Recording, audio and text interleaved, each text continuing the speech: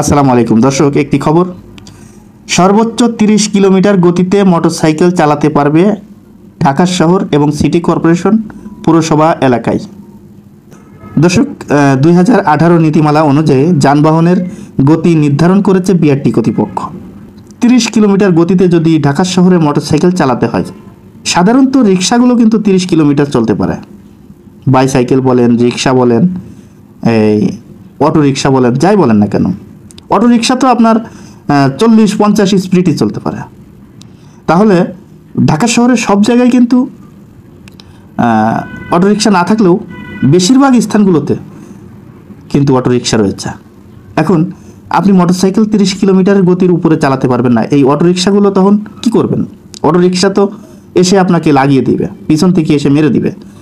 ওদের তো ড্রাইভিং প্রশিক্ষণ নাই, ওরা তো বুঝবে না কখন ব্রেক করলে কোথায় যেয়ে দাঁড়াবে।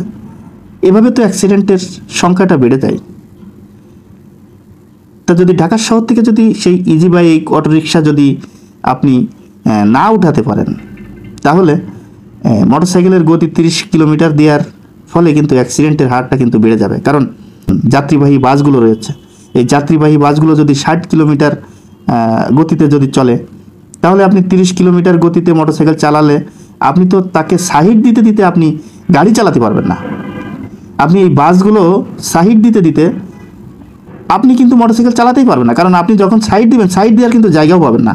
কারণ বাম পাশে রিক্সা থাকে, বাম পাশে মানুষ থাকে, বাম পাশে অনেক যাত্রীবাহী বাস দাঁড়িয়ে থাকে, বাম পাশে বিভিন্ন দোকানপাট থাকে, বাম পাশে বিভিন্ন মানুষ দাঁড়িয়ে থাকে। তখন তো আপনি মোটরসাইকেল যে সাইড দিবেন, সাইড দেওয়ার জায়গা যদি না পান, তাহলে তো পিছন থেকে এই বাসগুলো এসে আপনার মোটরসাইকেলে গুঁতা দিবে, মেরে দিবে। তখন তো অ্যাক্সিডেন্টটা আরও বেড়ে যাওয়ার সম্ভাবনা রয়েছে। তখন কি করবেন? তা এই যে নীতিমালা রয়েছে, 2018 যে নীতিমালা অনুমোদন দিয়েছে বিআরটিএ, 30 কিলোমিটারের গতিতে ঢাকার ভিতরে, অর্থাৎ ঢাকা সিটি কর্পোরেশনের ভিতরে, পৌরসভার ভিতরে মোটরসাইকেল 30 কিলোমিটার উপরে চালাতে পারবে না। চালালে 10,000 টাকা জরিমানা এবং 3 বছরের জেল হতে পারে। সেই গতি অনুযায়ী ঢাকা শহরে ট্রাক এবং মোটরসাইকেল 30 কিলোমিটার উপরে গতিতে চলতে পারবে না। দর্শক, তাহলে একটা জিনিস চিন্তা করেছেন যে মোটরসাইকেলের গতি যদি 30 কিলোমিটার হয়, যারা এই ঢাকা শহরে পাঠাও এবং উবারের উপরে তার সংসারটা নির্ভর করে, তাদের অবস্থা কি হবে? দর্শক, আপনারা জানেন যে অধিকাংশ বেকার ছেলেপেলে কিন্তু এই পাঠাও উবার চালিয়ে তাদের সংসার চালায়। এখন 30 কিলোমিটার বেগে যদি আপনি মোটরসাইকেল চালাতে চান, তাহলে তো ওই যাত্রী, মোটরসাইকেলের যে যাত্রীগুলো রয়েছে, এই যাত্রী তো আপনার মোটরসাইকেলে উঠবে না, ওদিকে তো রিক্সায় যাওয়া অনেক ভালো মনে করবে এবং বাসে যাওয়া অনেক তাড়াতাড়ি মনে করবে।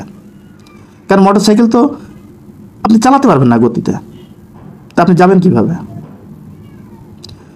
তাহলে তাদের অবস্থা কি হবে একটু ভেবেছেন? দেশে বেকারত্ব বেড়ে যাবে কিনা এটা চিন্তা ভাবনা করেছেন? এই নীতিমালা কতটুকু যুক্তিসংযুক্ত, এই বিষয়টা আপনারা যারা দর্শক রয়েছেন তারা অবশ্যই কমেন্ট বক্সে জানিয়ে যাবেন। এবং যারা ভিডিওটি ধৈর্য সহকারে দেখেছেন তাদেরকে অসংখ্য ধন্যবাদ জানিয়ে আমি এখানে বিদায় নিচ্ছি। মোহাম্মদ মিতুল হোসেন। আসসালামু আলাইকুম ওয়া রাহমাতুল্লাহি ওয়া বারাকাতুহু।